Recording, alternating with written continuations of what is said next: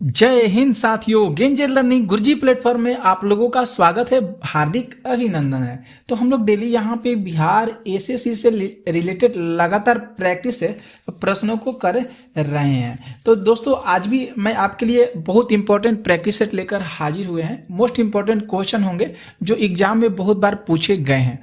तो आप लोग इस प्रैक्टिस सेट को पूरा देखने का जरूर प्रयास कीजिएगा और जितना हो सके आप लोग इसे शेयर जरूर कर दीजिएगा। अगर आप लोग को ये क्लास की पीडीएफ चाहिए तो टेलीग्राम चैनल को जरूर ज्वाइन कीजिएगा, वहां पे उस क्लास की सारी पीडीएफ मिल जाती है। इस समय आप लोगों को केवल प्रैक्टिस करने की ही जरूरत है, क्योंकि जनवरी में बिहार एसएससी का एग्जाम होने वाला है। तो इस समय बहुत प्रैक्टिस सेट बहुत जरूरी है, तो इस समय आप लोग प्रैक्टिस ही कीजिए। ओके, तो आइए हम लोग आते हैं प्रश्न संख्या पहला। जो यहाँ पे फर्स्ट प्रश्न है कि परम शून्य तापक्रम पर अर्धचालक की चालकता होती है। बहुत सुंदर सा प्रश्न है।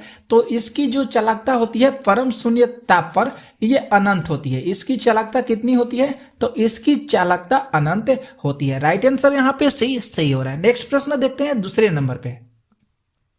यहाँ पे जो दूसरा प्रश्न करे कि यदि दो द्रव्यमानों के बीच की दूरी दुगनी कर दी जाए, यदि दो द्रव्यमानों के बीच की दूरी कितनी कर दी जाए?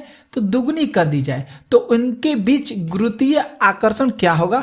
तो उनके बीच जो गुरुत्वीय आकर्षण होता है वह 1/4 हो जाएगा। 1/4 के मतलब क्या होता है? 1/4 हो जाएगा। ओके, तो डी ऑप्शन यहाँ पे सही हो रहा है। दोस्तों आप लोग से निवेदन है कि आप लोग इस वीडियो को जितना हो सके आप लोग इसे शेयर जरूर कर दीजिएगा, पूरा देखिएगा, इससे आपको ही बहुत ज्यादा बेनिफिट मिलेगा। नेक्स्ट प्रश्न देखते हैं हम लोग। यहाँ पे तीसरा प्रश्न है, बहुत अच्छा सा प्रश्न है, ये साइंस से रिलेटेड प्रश्न है और न्यूमेरिकल भी बिहार एसएससी में पूछा जाएगा, ये आप लोग कंफर्म कर लीजिएगा।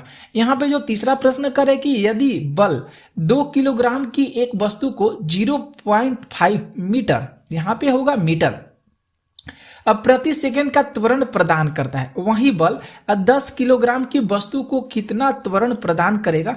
तो हम लोग को क्या करना पड़ेगा साथियों? इसको अच्छे तरीका से सोल्व करना पड़ेगा, बनाना पड़ेगा। तो हम लोग को पता है, जब हम लोग पढ़े हैं 12th क्लास में, कि बल बराबर जो फॉर्मूला होता है F बराबर ma होता है। तो मात्रा कह सकते हैं, मात्रा अगुणे कितना हो सकता है? त्वरण होता है। या इसको कहीं कहीं आप लोग को पता होगा द्रव्यमान भी दिया रहता है, द्रव्यमान अगुणा त्वरण होता है। तो यहाँ पे देख सकते हैं 2 किलोग्राम दिया गया है, तो ये 2 हो जाएगा। त्वरण का मान कितना दिया है? 0.5 दिया है। ठीक है, तो इसको क्या करेंगे? मल्टीप्लाई कर देंगे तो 1 न्यूटन हो जाएगा। कितना हो जाएगा? 1 न्यूटन। F बराबर कितना हो गया? 1 न्यूटन हम लोग को मिल गया। ठीक है, अब आगे बोला है कि इसका त्वरण कितना होगा। बहुत सुंदर सा प्रश्न है। तो देखिए यहाँ पे त्वरण गुणा में है, इधर ये चीज जाएगा मात्रा, तो क्या हो जाएगा? बाटा में हो जाएगा। तो हम लोग को त्वरण निकालने के लिए अगर a निकालेंगे तो यहाँ पे F हो जाएगा और बाटा में कितना हो जाएगा? m होता है ना फॉर्मूला, F बराबर कितना होता है? तो ma होता है। ओके, तो वही a बराबर हम लोग निकाले हैं, तो ये इधर भागा में है तो इधर चला गया, तो गुणा में है इधर आ गया तो भागा में हो गया। F का मान हम लोग 1 हुआ, M का मान दिया है 10 हो जाएगा। अगर इसको हम लोग भाग करेंगे तो 0.1 हो जाएगा। कितना होगा? 0.1 मीटर प्रति सेकेंड स्क्वायर हो जाएगा, क्योंकि जो त्वरण होता है उसका एसआई मात्रक जो होता है मीटर प्रति सेकेंड स्क्वायर होता है। तो 0.5 मीटर प्रति सेकेंड स्क्वायर जो होगा इसका राइट आंसर होगा। माफ कीजिएगा दोस्तों, 0.1 होगा, ध्यान नहीं दिए हैं। 0.1 मीटर प्रति सेकेंड स्क्वायर जो है इसका आंसर होगा। ए ऑप्शन यहाँ पे सही हो रहा है। ठीक है, नेक्स्ट प्रश्न हम लोग आते हैं, जो 4 प्रश्न है। यहाँ पे जो 4 प्रश्न करेगी कैथोड किरणें है। ये कैथोड किरणें क्या है? तो ये कैथोड किरणों जो है एक प्रकार की इलेक्ट्रॉनों की धारा है। किसकी धारा है? कैथोड किरणें तो एक प्रकार की इलेक्ट्रॉनों की धारा है। नेक्स्ट प्रश्न देखते हैं हम लोग 5। यहाँ पे जो 5 प्रश्न करे कि इंटरनेट पर नो चार्ज में सामान्यतः परिचित सॉफ्टवेयर बग की मरम्मत क्या कहलाता है? बहुत सुंदर सा प्रश्न है। तो बग की जो मरम्मत होता है उसे पैच के नाम से जाना जाता है। उसे किस नाम से जाना जाता है? तो उसे पैच के नाम से जाना जाता है। नेक्स्ट प्रश्न देखते हैं, जो 6 नंबर प्रश्न है।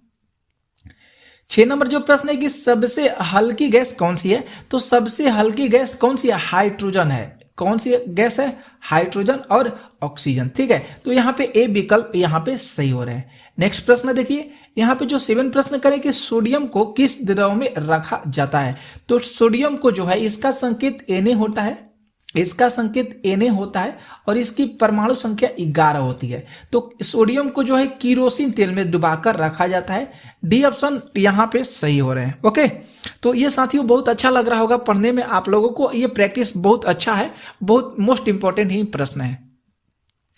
नेक्स्ट प्रश्न देखिए, यहाँ पे जो 8 प्रश्न है कि सूर्य उगते और डूबते समय लाल क्यों दिखाई पड़ते हैं। ये जो प्रश्न है ये 10 क्लास का प्रश्न है, बहुत इंपॉर्टेंट है और ऐसे प्रश्न हम लोग 10 क्लास में पढ़ भी लिए हैं, क्योंकि लाल रंग का जो विक्षेपण होता है वह सबसे कम होता है, इसीलिए यहाँ पे जो ए विकल्प होता है यहाँ पे सही हो रहा है, क्योंकि सूर्य उगते और डूबते समय लाल दिखाई देते हैं, क्योंकि लाल रंग का विक्षेपण जो होता है सबसे कम होता है। नेक्स्ट प्रश्न हम लोग चलते हैं 9 प्रश्न पे। 9 जो प्रश्न करे कि वायुमंडल में कार्बन डाइऑक्साइड की प्रतिशत मात्रा कितनी होती है।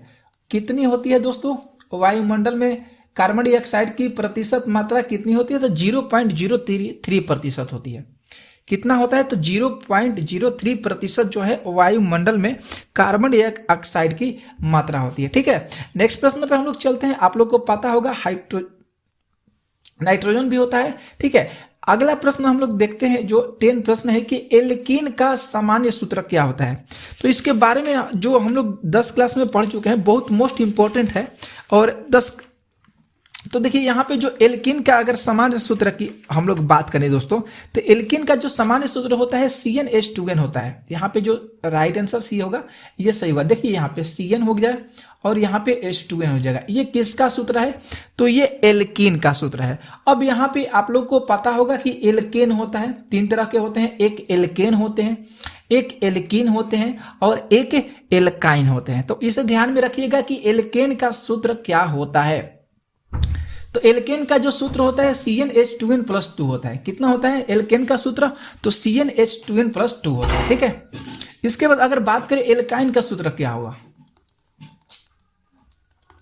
एल्काइन का सूत्र क्या होगा, तो एल्काइन का जो सूत्र होगा CnH2n-2 होगा। एल्काइन का सूत्र कितना होगा, तो CnH2n-2 होता है। इसके बाद अगर आप लोग ईथर का भी सूत्र याद रख सकते हैं। ईथर का सूत्र क्या होता है, ये भी बहुत बार एग्जाम में पूछा गया है। तो इसे ईथर का याद रखिएगा, CnH2n अब +1 हो जाएगा, CnH2n+1। इसका कितना हो जाएगा, होल ट्वाइस हो जाएगा और यहाँ पे लगा दीजिएगा O। तो आप लोग को समझ में आ जाएगा ये ईथर का सूत्र है। उसके बाद अगर बात करें एल्कोहल का सूत्र क्या होता है, उसके बाद अगर बात करें तो एल्कोहल का सूत्र क्या होगा, तो एल्कोहल का सूत्र CnH2n+2 होता है और इसके बाद क्या हो जाएगा, O लगा दीजिएगा, ये हो जाएगा एल्कोहल का सूत्र, OH होता है। ठीक है, अगले प्रश्न हम लोग चलते हैं 11 प्रश्न पे। यहाँ पे जो 11 प्रश्न करे कि पानी से भरे गिलास में बर्फ का एक टुकड़ा तैर रहा है, टुकड़े के पूरा पिघल जाने पर गिलास में पानी का तल क्या हो जाएगा, मतलब बढ़ेगा, घटेगा, अपवर्तित रहेगा। तो यहाँ पे जो पानी का जो तल है वह अपवर्तित रहेगा। ये बहुत अच्छा सा प्रश्न है, समझने वाला प्रश्न है, तो यहाँ पे बी ऑप्शन सही हो रहा है। नेक्स्ट प्रश्न चलते हैं हम लोग 12 पे। 12 जो प्रश्न है कि एक पिंड को एक मीनार से शून्य वेग के साथ नीचे गिराया जाता है। एक पिंड को एक मीनार से शून्य वेग के साथ नीचे गिराया जाता है। यदि 4 सेकंड बाद वह धरातल पर पहुंचता है तो मीनार की लगभग ऊंचाई क्या होगी। तो इसको निकालने के लिए हम लोग को फॉर्मूला का इस्तेमाल करना पड़ेगा। अगर हम लोग को मीनार की ऊंचाई पूछ रहा है, क्या पूछ रहा है, मीनार की ऊंचाई पूछ रहा है दोस्तों, तो ठीक है, अगर मीनार की ऊंचाई निकालेंगे तो 1/2 हो जाएगा। 1/2 GT² होता है। क्या होता है, 1/2 GT², 1/2 हो गया। जी का ग्रेविटी का मान दिया है 10 दिया है, शून्य कह रहा है ना, ठीक है, तो 10 हो जाएगा। ग्रेविटी का मान 10 होता है और टी का मान दिया है 4 सेकेंड होता है। तो यहाँ पे 4² मतलब 4 × 4 कर देंगे, इसको मल्टीप्लाई कर देंगे तो 2 से 2 5 10 कट गया, 5 चौके 20, 20 चौके 80, कितना हो जाएगा 80 मीटर। तो देख सकते हैं यहाँ पे जो ए विकल्प होगा यह सही हो रहा है, 80 मीटर यहाँ पे राइट आंसर हो रहे हैं। आगे चलते हैं प्रश्न संख्या हम लोग 13 नंबर प्रश्न पे चले।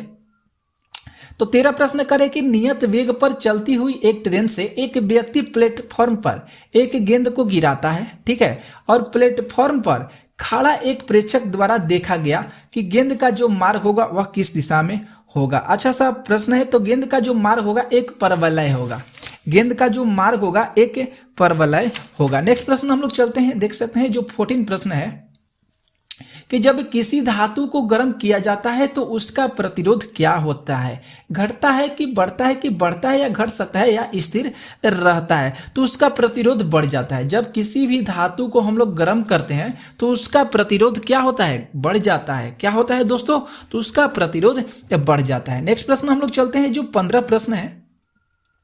जो 15 प्रश्न करे कि 20 सेंटीमीटर लंबी तार का प्रतिरोध 52 है। 20 सेंटीमीटर लंबी तार का प्रतिरोध 52 है। इसे 40 सेंटीमीटर की लंबाई तक एक सामान्य रूप में ताना जाता है, तो वर्तमान प्रतिरोध इसका कितना होगा। तो अगर हम लोग बात करें तो सी ऑप्शन यहाँ पे सही होगा, 20 ओम होगा। ओम यहाँ पे जो ये संकेत आप लोग देख रहे हैं ये किसका संकेत है, तो ये जो संकेत है इसका ओम का संकेत है। ओके, तो इसे ध्यान में जरूर आप लोग रखिएगा। इसका फॉर्मूला बहुत ज्यादा है, इसे बनाना पड़ेगा, ठीक है। तो बहुत यहाँ पे नई जगह स्पेस कम है तो हम नहीं बना पाएंगे। अगर नहीं बनेगा आप लोग से तो जरूर कमेंट कर दीजिएगा, हम बना देंगे। ओके, जो 16 प्रश्न कर रहे हैं कि निम्न में से कौन हवा से जमीन तक वार करने वाला प्रक्षेप पात्र है। बहुत सुंदर सा ये प्रश्न है, बहुत अच्छा सा ये प्रश्न है दोस्तों। तो ए ऑप्शन को हम लोग सही करें, नाग हो जाएगा। कौन सा हो जाएगा, नाग हो जाएगा। नेक्स्ट प्रश्न हम लोग चलते हैं, जो यहाँ पे जो 17 प्रश्न करे कि मोनाजाइट किसका अयस्क है। तो मोनाजाइट थोरियम का अयस्क है। किसका अयस्क है दोस्तों, तो मोनाजाइट थोरियम का अयस्क है। नेक्स्ट प्रश्न हम लोग देखते हैं 18 प्रश्न करें कि निम्नलिखित मसालों में जड़ से प्राप्त होने वाला मसाला कौन सा है। तो उसका नाम हो जाएगा हल्दी। हल्दी जो होता है ताना का रूपांतरण होता है, ठीक है। तो हम लोग इसमें से डी ऑप्शन को सही करेंगे। इनमें से कोई नहीं जो विकल्प होगा ये बिल्कुल सही होगा, क्योंकि पूछा गया है कि मसालों में जड़ से प्राप्त होने वाला मसाला है हल्दी। बात करें हल्दी की, अगर आप लोग याद कीजिएगा तो हल्दी जो है किसका रूपांतरण है, तो हल्दी ताना का रूपांतरण है। बहुत बार एग्जाम में पूछा भी गया है। अगर दालचीनी की बात करें तो दालचीनी जो है पेड़ के तने के छाल से प्राप्त होता है। जो पेड़ के तने होते हैं ये पेड़ के तने के छाल से प्राप्त होता है दालचीनी। किससे प्राप्त होता है, तो पेड़ के तने के छाल से दालचीनी प्राप्त होता है। लौंग की बात करें तो लौंग तो पता होगा, लौंग कली से प्राप्त होता है। किससे प्राप्त होता है दोस्तों, तो लौंग कली से प्राप्त होता है। इसलिए यहाँ पे कोई भी विकल्प सही नहीं हो रहे हैं। 19 प्रश्न देखिएगा तो बहुत अच्छा सा है कि निम्न में से कौन सा दवा टाइफाइड के उपचार में प्रयुक्त होती है। तो क्लोरोमाइसोटिन हम लोग यहाँ पे सही करेंगे। क्लोरोमाइसोटिन जो होती है ये टाइफाइड की बीमारी जो होती है उसमें ये सहायता करता है, ठीक है। नेक्स्ट प्रश्न हम लोग देखिए, यहाँ पे जो 20 प्रश्न है कि यूरिया क्या है। तो यूरिया जो हो जाएगा एक प्रकार का नाइट्रोजन उर्वरक है। आप लोग खाद के बोरा पर देखे होंगे, जो यूरिया खाद होता है उस पर नाइट्रोजन उर्वरक लिखा रहता है, ठीक है। तो यहाँ पे डी ऑप्शन सही हो रहा है। नेक्स्ट प्रश्न हम लोग देखते हैं दोस्तों। और दोस्तों आप लोग से निवेदन है कि आप लोग इसे लेक्चर को, वीडियो को जितना हो सके आप लोग शेयर जरूर कर दीजिएगा। 21 प्रश्न है कि पौधे में प्रकाश संश्लेषण के लिए ऊर्जा प्रदान करता है। पौधे में की बात किया है तो पौधे में जो प्रकाश संश्लेषण की ऊर्जा प्रदान करता है, प्रकाश करता है। कौन सा करता है, प्रकाश करता है। प्रकाश संश्लेषण किसे कहते हैं, तो पौधे में जल, पानी, पर्णहरित तथा कार्बन डाई की उपस्थिति में जो कार्बोहाइड्रेट का निर्माण होता है दोस्तों, उसी को हम लोग प्रकाश संश्लेषण कहते हैं। इसका एक जो इक्वेशन होता है, इस चीज को ध्यान में रखिएगा। 9th क्लास में जो है इसमें इक्वेशन को दिया गया है जो प्रकाश संश्लेषण वाला है कि 6CO2, ये हमको याद है बहुत अच्छे तरीका से। 12H2O होता है। इसके बाद अगर बात करें तो यहाँ पे C6H12O6 हो जाता है, और प्लस में होता है 6H2O होता है, और इसके बाद 6O2 हो जाता है, ठीक है। तो इसे ध्यान में रखिएगा। ये यहाँ पे अगर बात करें तो प्रकाश होता है, यहाँ पे क्लोरोफिल होता है। तो यहाँ पे ए ऑप्शन सही हो रहा है। नेक्स्ट प्रश्न देखते हैं हम लोग। 72 प्रश्न दोस्तों करे कि हम लोग सूर्य को वास्तविक सूर्योदय के थोड़ा बाद देख सकते हैं। इसका मेन रीजन क्या है, जब वास्तविक सूर्योदय के थोड़ा बाद हम लोग सूर्य को देखते हैं, ऐसा क्यों होता है, ऐसा क्यों फील होता है, ऐसा क्यों प्रतीत होता है। तो ऐसा प्रकाश के प्रकीर्णन के कारण होता है। किसके कारण, तो प्रकाश के प्रकीर्णन के कारण। 73 प्रश्न है कि रेडियो कार्बन काल निर्धारण संबंधित है। तो रेडियो कार्बन जो काल निर्धारण है ये जीवाश्म से रिलेटेड है। किससे रिलेटेड है, तो जीवाश्म से रिलेटेड है। 74 प्रश्न देखिए, 74 प्रश्न है कि परमाणु संख्या 2 और द्रव्यमान संख्या 1 के परमाणु में इलेक्ट्रॉनों की संख्या कितनी होगी? तो a माइनस जेड हो जाएगा। इलेक्ट्रॉनों की संख्या कितना होगा? तो a माइनस जेड होता है। बहुत सुंदर सा प्रश्न है। अगर इक्वेशन दिया रहता है, कुछ यहाँ पे प्रश्न दिए रहते हैं, तो आप a माइनस जेड रख के बना सकते हैं उसको। 75 प्रश्न है कि पर्दे पर प्रदर्शित पिक्सेलों की संख्या मानी जाती है जबकि पर्दा की नहीं। तो यहाँ पे अगर बात करें, बहुत अच्छा सा ये प्रश्न आ गया है दोस्तों, को यहाँ पे बात करें अस्पष्टता के रूप में होता है, पर्दा की अस्पष्टता के रूप में। ए विकल्प सही हो रहे हैं। 76 प्रश्न देखिए, कह रहे हैं कि किसी रेडियो सक्रिय वस्तु से उत्सर्जित अल्फा किरणें होती है, तो हीलियम नाभिक होता है। सी ऑप्शन यहाँ पे सही होगा। अल्फा किरणें उत्सर्जित होती है, हीलियम नाभिक होता है। ठीक है, नेक्स्ट प्रश्न हम लोग चलते हैं यहाँ पे जो 77 प्रश्न है कि अच्छी प्रतिरोध कुंडलियां होती है, तो अच्छी प्रतिरोध कुंडलियां जो होती है किस धातु की होती है? तो चांदी की होती है। किसकी? तो चांदी की होती है। 78 प्रश्न है कि किसी तत्व के परमाणु की दूसरी कक्षा में इलेक्ट्रॉनों की अधिकतम संख्या कितनी हो सकती है? फिर से अच्छे तरीका से प्रश्नों को समझ लीजिएगा कि किसी तत्व के परमाणु की दूसरी कक्षा में इलेक्ट्रॉनों की अधिकतम संख्या की बात किया है, तो अधिकतम जो संख्या होती है वह 8 होती है। अधिकतम संख्या कितनी होती है दोस्तों? तो अधिकतम संख्या 8 होती है। नेक्स्ट प्रश्न देखते हैं यहाँ पे 79 प्रश्न है कि भारत में प्रयुक्त प्रतिवर्ती धारा मेंस की आवृत्ति कितनी होती है? तो इसकी जो मेंस की जो आवृत्ति होती है यह 50 हर्ट्ज होती है। आवृत्ति का मात्रक हर्ट्ज होता है। ओके, यहाँ पे जो 30 प्रश्न करेंगे, किसी भी वस्तु की अधिकतम चाल कितनी हो सकती है? तो यहाँ पे देखिएगा 10 के पावर 10 मीटर प्रति सेकेंड है। आप लोग चिंता मत कीजिएगा, घबराइएगा मत।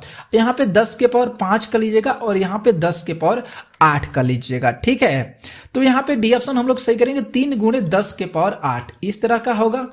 3 गुणे 10 के पावर 8 मीटर प्रति सेकेंड अधिकतम चाल जो है वस्तु में इतना ही होता है।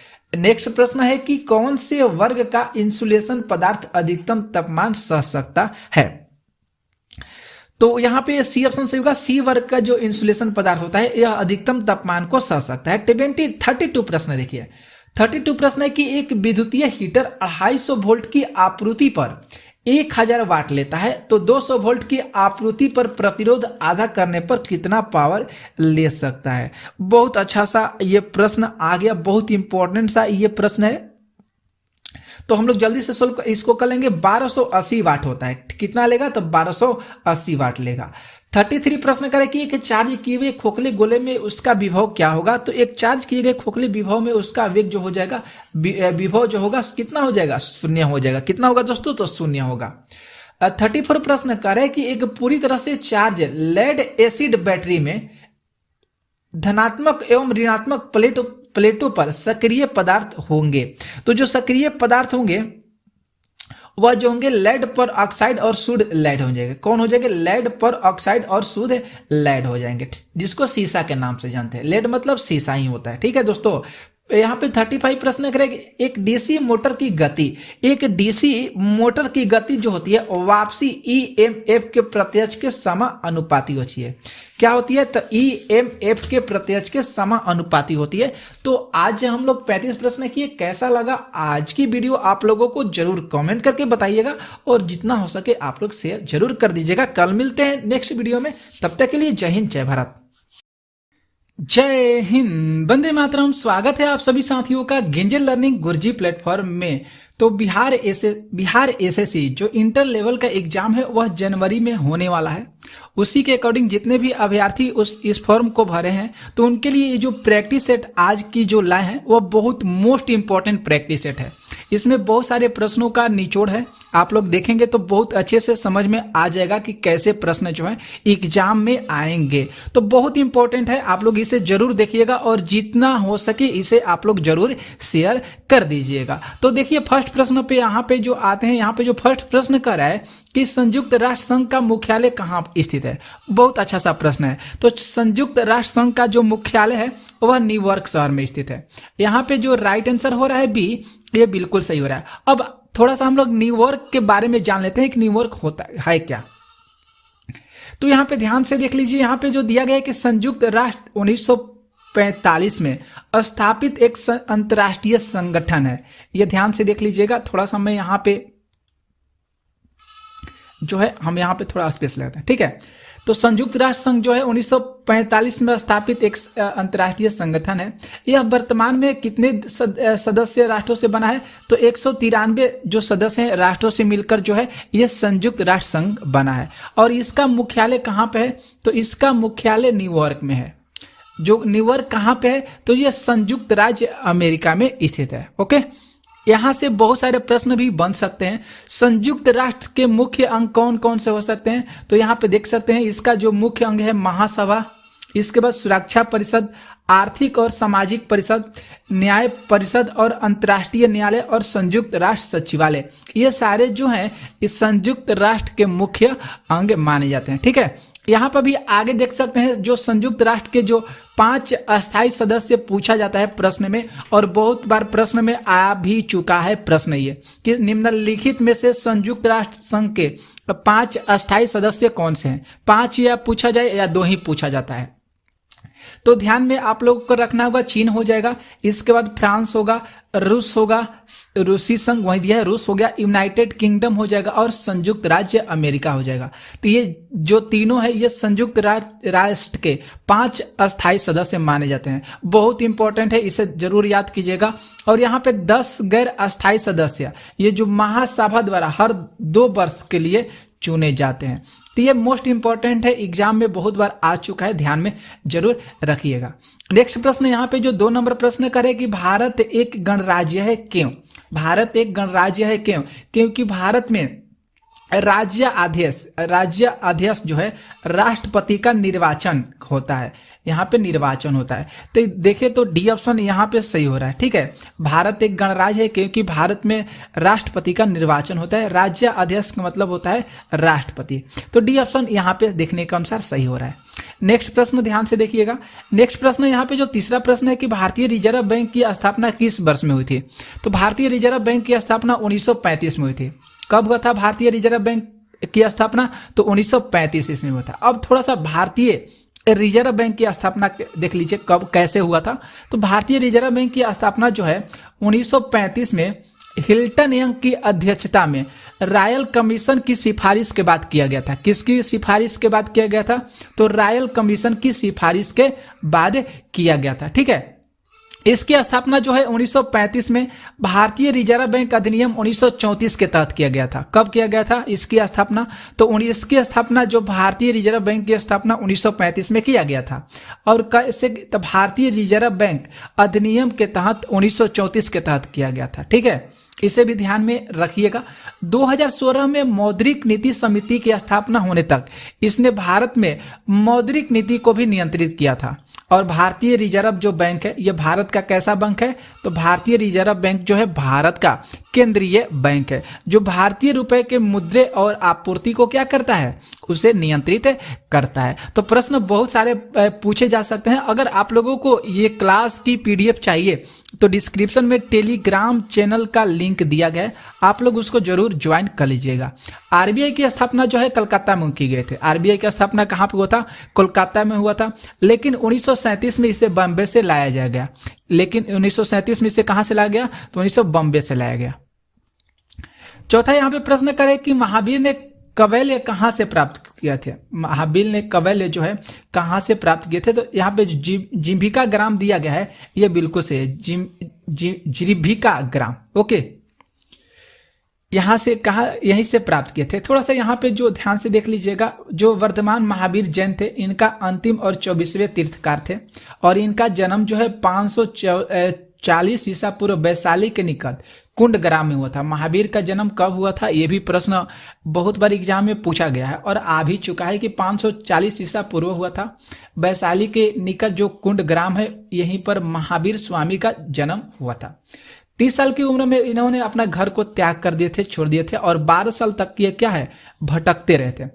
30 साल जब हो गया इनका उम्र तो इन्होंने जो महावीर स्वामी हैं ये अपना घर को त्याग कर दिए थे और 12 साल तक इधर उधर भटकते रहे थे। ध्यान से देख लीजिएगा यहाँ पे, अपनी तपस्या के 13वें वर्ष में महावीर ने 42 वर्ष की आयु में पूर्वी उत्तर प्रदेश के जंभिका ग्राम में कवैल्य अर्थात सर्व ज्ञान प्राप्त किए थे। जंभिका ग्राम में, या माफ कीजिएगा यहाँ पे जिम्बिका लिखा गया, जंभिका ग्राम कह लीजिएगा, ठीक है, यहाँ पे जंभिका ग्राम होना चाहिए। ओके, तो इसे ध्यान में जरूर रखिएगा। ओके, जंभिका ग्राम। अगला प्रश्न पे हम लोग देख लीजिए, यहाँ पे कुछ बताया गया, मोस्ट इंपॉर्टेंट पॉइंट है यहाँ पे, जो इनकी मृत्यु 72 वर्ष की आयु में 468 ईसा पूर्व में राजगिरी के पास पावापुरी में हुआ था। महावीर स्वामी का जो मृत्यु है कहाँ पे हुआ था, प्रश्न पूछा जाता है तो पावापुरी जरूर याद रखिएगा। महावीर के अनुयायी जैन के रूप में ये जाने जाते थे और बहुत ही सादा जीवन बिताते थे, भोजन के लिए भीख मांगते थे, और इस प्रकार हम इन्हें कह सकते हैं कि महावीर ने 42 वर्ष की आयु में जंभिका ग्राम में कवैल्य प्राप्त किए थे। ठीक है, नेक्स्ट प्रश्न देख सकते हैं यहाँ पे, जो 5 नंबर प्रश्न है कि नागालैंड की आधिकारिक भाषा क्या है। तो नागालैंड की आधिकारिक भाषा भारतीय अंग्रेजी है। नागालैंड की आधिकारिक भाषा क्या है, तो भारतीय अंग्रेजी है। ध्यान से देख लीजिएगा, 2011 की जनगणना जब हुआ था उसके अनुसार नागालैंड में जो प्रभावी रूप से जो है 14 भाषाएं और 17 बोलियां बोली जाती थी। नागालैंड की बात हो रहा है। सबसे बड़ी जो भाषा है वह कोन्याक है। ये कोन्याक जो है बहुत बार एग्जाम में पूछा गया है और बहुत सारे विद्यार्थी जो है इसमें कन्फ्यूजन हो जाते हैं। तो इस तरह को प्रश्न आपके एग्जाम में अक्सर आते हैं, तो ध्यान से देखिएगा।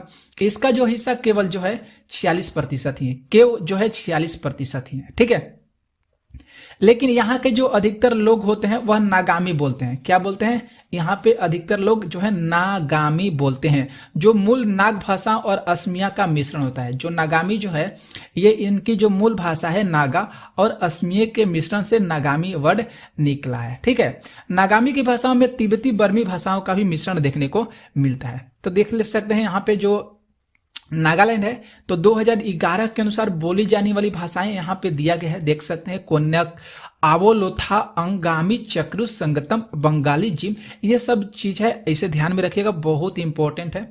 और आवो जो भाषा है नागालैंड की भाषाओं में से एक मानी जाती है, जिसकी लिखावट लिपिया भी है।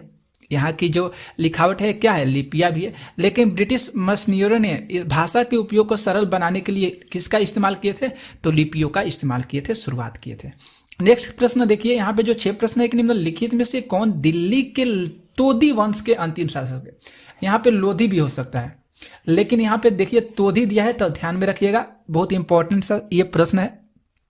तो बहलुल लोधी, लोधी वंश के अंतिम शासक कौन होना चाहिए, तो बहलुल लोधी। ठीक है, बहलुल लोधी जो है ये दिल्ली के लोधी वंश के शासक हैं।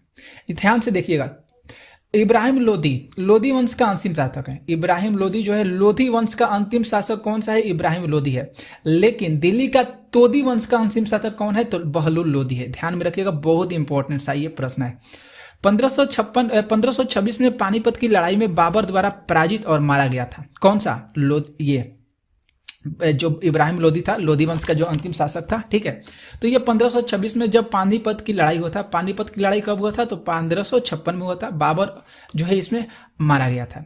इब्राहिम तोदी का मकाबरा जो है हरियाणा के पानीपत में स्थित है। इब्राहिम तोदी का मकाबरा हरियाणा के, माफ कीजिएगा दोस्तों, इब्राहिम लोधी कर लीजिए, तोदी न करके गिरा है, इब्राहिम लोधी हुआ है। तोदी तो बहुत कंफ्यूजन हो रहा है। ठीक है, आगे देख सकते हैं लोधी वंश की जो स्थापना है बहलुल खान तोदी ने किया था। बहलुल खान तोदी ने किया था, इसे ध्यान रखिएगा। लोधी वंश की स्थापना बहलुल खान तोदी ने किया था।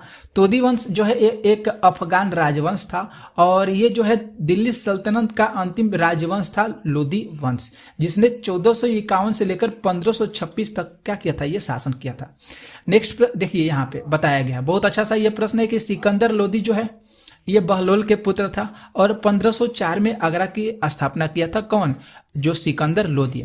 इब्राहिम लोधी जो थे सिकंदर लोधी का पुत्र था। इब्राहिम लोधी जो है सिकंदर लोधी का पुत्र था और दिल्ली का अंतिम लोधी सुल्तान था।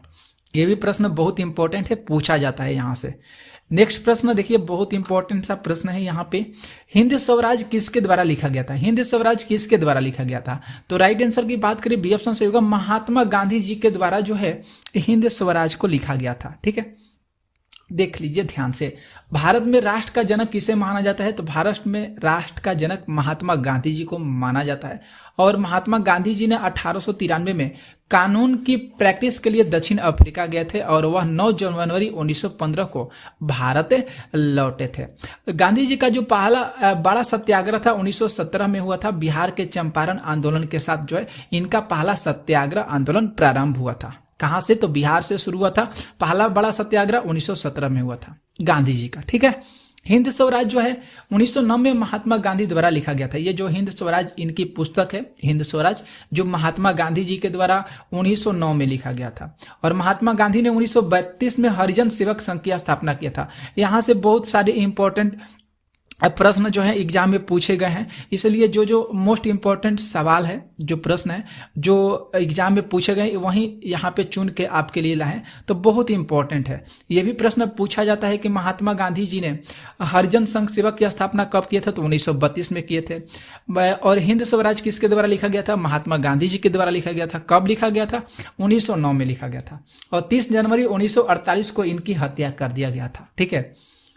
आगे देखिए प्रश्न आते हैं यहाँ पे, जो 8 नंबर प्रश्न है कि महात्मा गांधी के उल्लेखनीय कार्य इनमें से कौन कौन से हैं?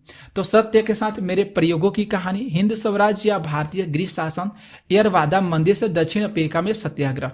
तो यहाँ पे जो चारों ऑप्शन दिखाई दे रहे हैं, ये चारों विकल्प क्या है? यहाँ पे सही है। नेक्स्ट देखिए प्रश्न 9 है कि जवाहरलाल नेहरू के उल्लेखनीय कार्य कौन से हैं? भारत की खोज, विश्व इतिहास की झलकियां, एक आत्मकथा, एक पिता से अपनी बेटी को पत्र। तो यहाँ पे चारों ऑप्शन बिल्कुल सही होंगे जो जवाहरलाल नेहरू के बारे में उल्लेखनीय कार्य है। नेक्स्ट प्रश्न यहाँ पे 10 देख सकते हैं, मजलिस कहाँ की संसद है? मजलिस कहाँ की संसद है? तो ए ऑप्शन हम लोग यहाँ पे सही करेंगे। मजलिस जो है ये कहाँ की संसद है? ईरान की संसद है। ईरान की राजधानी तेहरान होता है और इसकी मुद्रा रियाल है। इसकी मुद्रा क्या है? तो इसकी मुद्रा रियाल है। इसे ध्यान में जरूर रखिएगा, मोस्ट इंपॉर्टेंट सा प्रश्न है। यहाँ पे देखिए दोस्तों 11 प्रश्न करे कि यहाँ पे जो नेसेट कहाँ की संसद है? तो नेसेट भी इजराइल की संसद है। कहाँ की संसद है? नेसेट। तो नेसेट भी इजराइल की संसद है। ओके, आगे देख सकते हैं यहाँ पे हम लोग अगर प्रश्न की बात करें, 12 नंबर प्रश्न है कि शेकेल किस देश की संसद की मुद्रा है? शेकेल जो है इजराइल के भी मुद्रा है। इजराइल जो देश है इसकी मुद्रा है शेकेल। ठीक है, तो इसे ध्यान में रखिएगा, बहुत इंपॉर्टेंट सा ये सारे प्रश्न है। 13 नंबर प्रश्न देखिए, कह रहा है कि निम्नलिखित में से किस जिले में गंगा नदी जो है बिहार में प्रवेश करती है? तो देखें तो सही ऑप्शन बिल्कुल सही है, बक्सर से जो है गंगा नदी जो है सबसे पहले बिहार में प्रवेश करती है। मोस्ट इंपॉर्टेंट सा प्रश्न है, देख लीजिए यहाँ पे बताया गया है। गंगा बिहार की मुख्य नदी है जो कर्मनाशा के संगम के बाद बक्सर के पास चौसा में बिहार के सीमा में प्रवेश करती है। और गंगा की सहायक नदियां जरूर याद रखिएगा, गंडक हो जाएगा, बागमती, पुनपुन, सोन, कर्मनाशा और कोसी, काली। ये सारी जो है गंगा नदी की जो है सहायक नदियां, बहुत इंपॉर्टेंट है, पूछा जाता है। और पटना से गंगा की नदी की लंबाई जो है अधिकतम कितना है? 99 किलोमीटर। इसे भी पूछा गया है। 14 प्रश्न है, गंगा नदी के बारे में कौन सा कथन सही है? गंगा एशिया की एक परासीमा नदी है। यह भारत और बांग्लादेश से होकर गुजरती है। इसका उद्गम उत्तराखंड राज्य में पश्चिमी हिमालय में होता है। गंगा बंगाल की खाड़ी में मिल जाती है और इसकी लंबाई 2525 किलोमीटर है। A option, B option, C option, D option और ई ऑप्शन, ये पांचों विकल्प जो हैं ये सही है। तो बहुत मोस्ट इंपॉर्टेंट ये प्रश्न था। आगे देख सकते हैं 15 नंबर जो प्रश्न है कि भारत छोड़ो आंदोलन कब आरंभ हुआ था? तो 8 अगस्त 1942 को भारत छोड़ो आंदोलन जो है ये शुरू हुआ था। देख सकते हैं कहां से? तो बॉम्बे से हुआ था। अखिल भारतीय कांग्रेस समिति के सत्र में मोहनदास करमचंद गांधी ने भारत छोड़ो आंदोलन के शुरुआत किए थे 8 अगस्त 1942 को, जिसे अगस्त आंदोलन के रूप में भी जाना जाता है। भारत छोड़ो आंदोलन को अगस्त आंदोलन के भी रूप में जाना जाता है। प्रश्न दिया गया है बहुत बार एग्जाम में। इसका नारा जो भारत छोड़ो का नारा जो है यूसुफ मेहर अली के द्वारा दिया गया था। यूसुफ मेहर अली के द्वारा भारत छोड़ो का नारा दिया गया था। और इसके दौरान वायसराय जो थे लॉर्ड लिंथिंगो थे। भारत छोड़ो आंदोलन के दौरान कौन थे वायसराय? तो लॉर्ड लिंथिंगो थे। प्रश्न पूछा गया है बहुत बार एग्जाम में। और इसके दौरान महात्मा गांधी ने करो या मरो का नारा दिए थे। तो इसे ध्यान में रखिएगा, बहुत इंपॉर्टेंट चीज था ये जो आपको बताएं। क्लास की पीडीएफ चाहिए तो जरूर आप लोग डिस्क्रिप्शन में टेलीग्राम चैनल का लिंक दिया गया है, ज्वाइन कीजिएगा और वहाँ पे क्लासेस की पीडीएफ मिल जाएगी। तो डेली यहाँ पे प्रैक्टिस होगी बिहार एसएससी से रिलेटेड, तो आप लोग इसे जरूर देखिएगा और देखने का जरूर प्रयास कीजिएगा। मिलते हैं नेक्स्ट वीडियो में, तब तक के लिए जय हिंद, जय भारत, बाय बाय, जय हिंद, वंदे मातरम। स्वागत है आप सभी साथियों का गेंजेल लर्निंग गुरुजी प्लेटफॉर्म में। तो बिहार एसएससी से रिलेटेड हम लोग इस चैनल पर लगातार प्रैक्टिस कर रहे हैं प्रश्नों को। अगर आप लोग पीछे के लेक्चर को नहीं देखे हैं तो उसे जरूर देखिएगा, उसमें भी बहुत इंपॉर्टेंट प्रश्न जो है कि आप लोग को कराए हैं, तो उस लेक्चर को जरूर देखिएगा, डिस्क्रिप्शन में उसका लिंक दिया गया है। आज की भी जो क्लास जो है प्रैक्टिस सेट 2 है, इस क्लास में हम लोग बहुत इंपॉर्टेंट प्रश्नों को करने वाले हैं जो एग्जाम में आएगा ही, मतलब आने की ज्यादातर संभावनाएं हैं। तो आप लोग इस चैनल पर जुड़िए और जितना हो सके अपने साथी मित्र दोस्त को भी शेयर कीजिए और उनसे जुड़िए, ठीक है। तो इस चैनल से जुड़िए। आते हैं, देखिए प्रश्न पहला। यहाँ पे जो पहला प्रश्न कह रहा है कि किसने दाऊद को पटना और हाजीपुर से खदेड़कर बाहर कर दिया था। यहाँ पे देखना है तो डी ऑप्शन को हम लोग सही करेंगे, अकबर। किसने दाऊद को पटना और हाजीपुर से खदेड़कर बाहर कर दिया था, तो अकबर के द्वारा किया गया था। राइट आंसर यहाँ पे जो डी है ये सही हो रहा है। अब ध्यान से थोड़ा सा देखिए, अकबर के बारे में आप लोगों को बता देते हैं। अकबर ने दाऊद को पटना और हाजीपुर से खदेड़ दिया था, ठीक है। किसने खदेड़ा था, तो अकबर ने खदेड़ा था। ये जो प्रश्न है बिहार एसएससी में आया हुआ प्रश्न है। 1574 में अकबर अफगान प्रमुख दाऊद खान को कुचलने के लिए पटना गया था। कौन गया था, तो जो 1574 ईस्वी में अकबर जो था ये अफगान के जो दाऊद खान था उसको कुचलने के लिए कहां पे गया था, तो पटना गया था। दाऊद खान जो था ये करनी बंगाल के करनी वंश का अंतिम शासक था। इसे भी ध्यान में आप लोग जरूर रखिएगा। दाऊद खान कौन था, पूछा जा सकता है कि दाऊद खान कौन था, तो दाऊद खान करनी बंगाल के करनी वंश का अंतिम शासक था। क्लियर हो गया। प्रश्न चलते हैं हम लोग नेक्स्ट नंबर प्रश्न को देखिए, 2 नंबर पे। यहाँ पे जो 2 प्रश्न है कि अकबर का जन्म कहाँ हुआ था। अच्छा सा प्रश्न है। तो अकबर का जो जन्म है अमरकोट में हुआ था। यहाँ पे जो ए ऑप्शन है ये सही हो रहा है। ध्यान से देखिएगा प्रश्न को, बहुत इंपॉर्टेंट है। अकबर का जन्म कहाँ हुआ था, तो अकबर का जन्म अमरकोट में हुआ था, ठीक है। ध्यान से यहाँ पे देख लीजिएगा, इसका विस्तृत तरीका से बताने का प्रयास किया है और जो भी यहाँ से की पॉइंट है, जो मोस्ट इंपॉर्टेंट पॉइंट है उसी को यहाँ पे हमने लिए हैं और यहाँ से प्रश्न अक्सर एग्जाम में जरूर बनते हैं। तो ध्यान से देखिएगा। अकबर का जो जन्म है 1542 ईस्वी में हुआ था, इसे भी ध्यान में रखिएगा। अकबर का जन्म 1542 ईस्वी में हुआ था और कहाँ हुआ था, तो इसे भी ध्यान में रखिएगा। इनका जन्म कहाँ हुआ था, तो इनका जन्म अमरकोट में हुआ था, इसे भी याद रखिएगा। वह जो थे हिमाऊ और हमीदा बानो बेगम के पुत्र थे। कौन, अकबर। कौन पुत्र थे, तो हिमाऊ और हमीदा बानो बेगम के पुत्र अकबर थे। क्लियर हो गया। आगे देखिए, 1556 ईस्वी में 13 वर्ष की छोटी उम्र में कालानौर में उनका राज्य अभिषेक हुआ। 1542 में उनका जन्म हुआ और 1556 में मतलब 13 वर्ष के जब हो गए उन छोटी सी उम्र में कालानौर में उनका राज्य अभिषेक हुआ और 1605 ईस्वी में वे शासन करने लगे। अकबर जो थे ये तीसरा मुगल बादशाह थे। अकबर जो थे तीसरा मुगल बादशाह थे, ठीक है। अकबर के बाद उसके बेटे राजकुमार सलीम, जिसे बाद में जहांगीर के नाम से जाना जाता है। अकबर का बेटा जो था उसका नाम था राजकुमार सलीम, लेकिन बाद में उसे किस नाम से जाने लगा, तो जहांगीर के नाम से जाना जाने लगा और सम्राट के रूप में वह जो है उत्तराधिकारी बना। कौन, जहांगीर, जो अकबर का बेटा था। नेक्स्ट प्रश्न देखिए, यहाँ पे जो तीसरा प्रश्न है कि निम्नलिखित में से कौन भारत के साथ सबसे कम स्थलीय सीमा साझा करता है। बहुत सुंदर सा प्रश्न है। तो म्यांमार जो होगा, यहाँ पे डी ऑप्शन सही होगा। म्यांमार जो देश है ये भारत के साथ सबसे कम जो स्थलीय सीमा है इसी को साझा करता है, ठीक है। ध्यान से देख लीजिएगा। यहाँ पे जो दिया गया है देश का नाम भारत हुआ, चीन हुआ, अब पाकिस्तान, म्यांमार, बांग्लादेश, नेपाल, ये सब की जो सीमा है ये स्थलीय सीमा साझा करता है। बांग्लादेश जो वह देश है जिसके साथ भारत अपने जो सबसे बड़ी स्थलीय सीमा साझा करता है। ये भी प्रश्न में बहुत बार पूछा गया है कि भारत की जो स्थलीय सीमा है, सबसे बड़ी स्थलीय सीमा, वह किस देश के साथ साझा करती है। तो आप लोगों को मारना होगा बांग्लादेश, ठीक है। क्लियर हो गया। नेक्स्ट प्रश्न देखते हैं हम लोग, चौथा।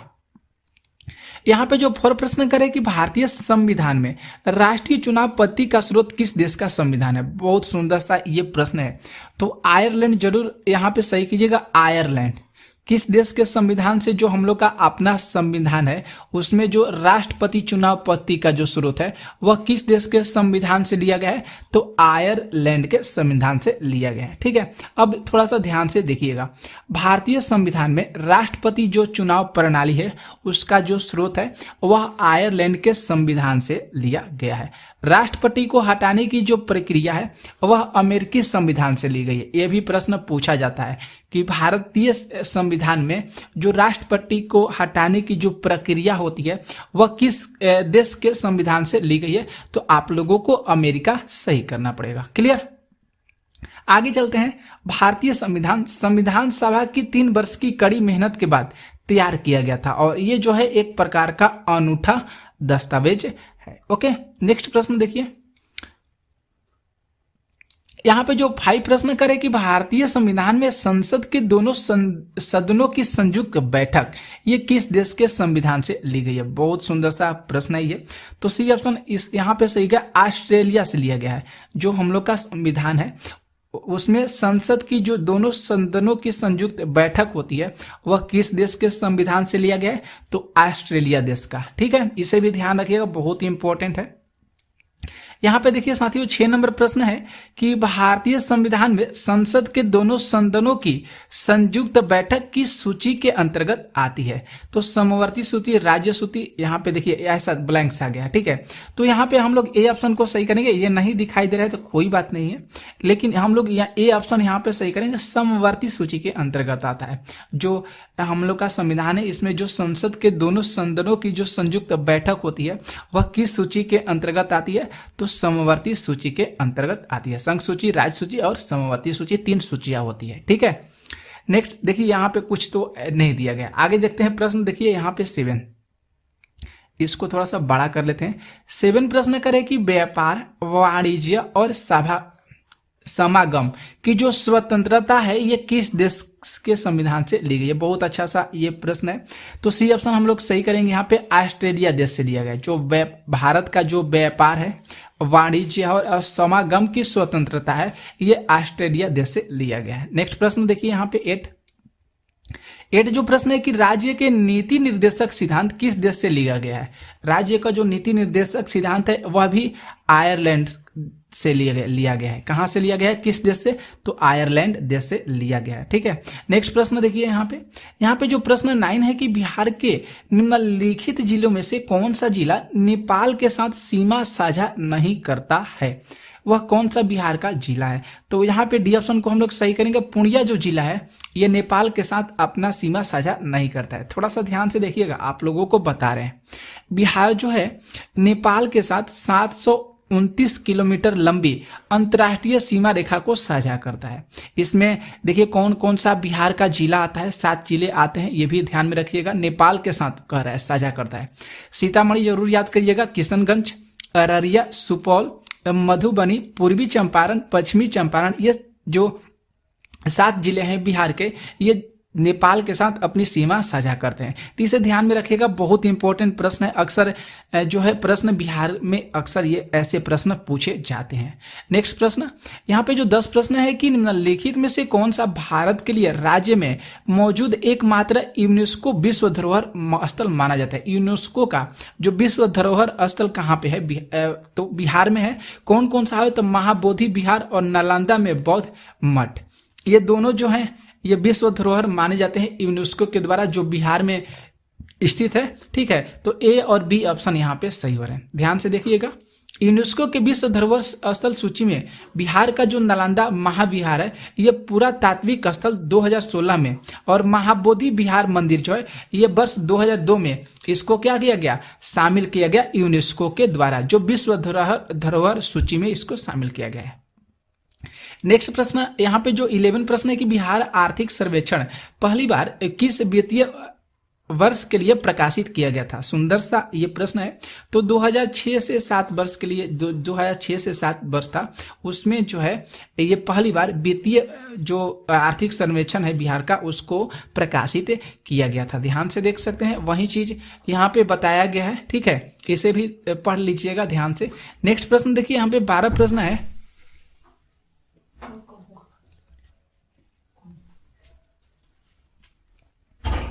नेक्स्ट जो प्रश्न यहाँ पे कर है कि भारतीय वन अनुसंधान और शिक्षा परिषद, जिसको ICFRE ने वन आधारित समुदायों का समर्थन करने के लिए TIFAC के साथ समझौता ज्ञापन पर हस्ताक्षर किया था।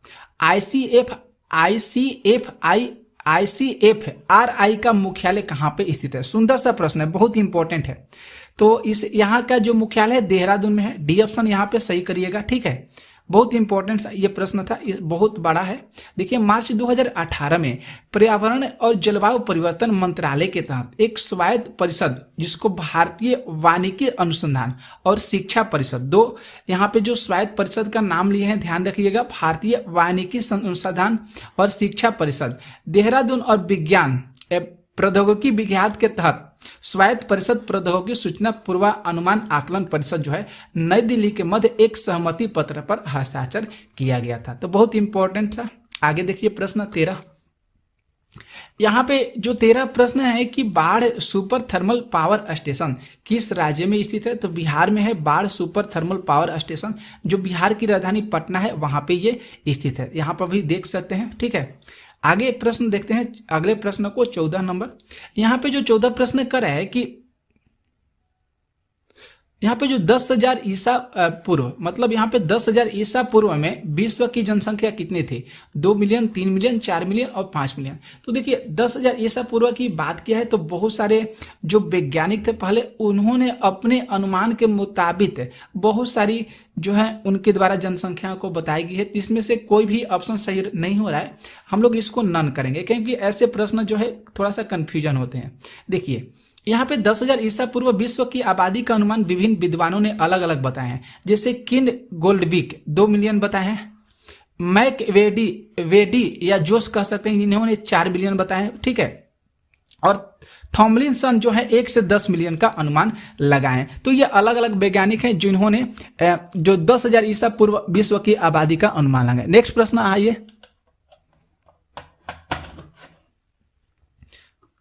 आते हैं हम लोग नेक्स्ट प्रश्न पे। यहाँ पे देखिए ध्यान से 15 नंबर जो प्रश्न है कि पहला आदमी जिसने चांद पर अपना पैर रखा था उनका नाम नील आर्मस्ट्रांग था। ये बहुत पुराना सा प्रश्न हो चुका है, बी ऑप्शन सही है, लेकिन बीपीएससी के द्वारा 2020 में इस प्रश्न को पूछा गया है। नेक्स्ट प्रश्न देखिए यहाँ पे जो 16 नंबर प्रश्न है कि बिहार का अद्वितीय त्योहार कौन सा है? तो बिहार का अद्वितीय त्योहार छठ पूजा है, जो सबसे प्रसिद्ध माना जाता है, बहुत इंपॉर्टेंट है। आगे देखिए 17 जो प्रश्न है कि बोगज कोई का महत्व इसलिए है कि, बोगज कोई का महत्व इसलिए है कि, क्योंकि ये ऑप्शन यहाँ पे सही हुआ क्योंकि वहां जो अभिलेख प्राप्त हुआ है उसमें वैदिक देवी और देवताओं का वर्णन देखने को मिलता है, पढ़ने को मिलता है। तो ये ऑप्शन यहाँ पे सही हो रहा है। देख सकते हैं यहाँ पे ये चीज आप लोग ध्यान से पढ़ लीजिएगा। इस अभिलेख में 8 राजाओं का उल्लेख है जिनके नाम आर्यों जैसे थे, जो संधियों के साथ क्षेत्र था। रक्षा के लिए इंद्र, मित्र, वरुण और नासत्य देवताओं का आह्वान करते थे। इससे ज्ञात होता है कि वैदिक आर्य जो थे ईरान से होकर भारत में आए होंगे। तो ये बहुत इंपॉर्टेंट सवाल थे, आपके लिए प्रश्न थे, बहुत इंपॉर्टेंट। तो इससे जितना हो सके शेयर कर दीजिएगा। कल मिलते हैं हम लोग सुबह में ऐसे ही धांसू प्रश्नों के साथ। तो आप लोग इस चैनल पर बने रहिएगा, जितना हो सके शेयर जरूर कर दीजिएगा।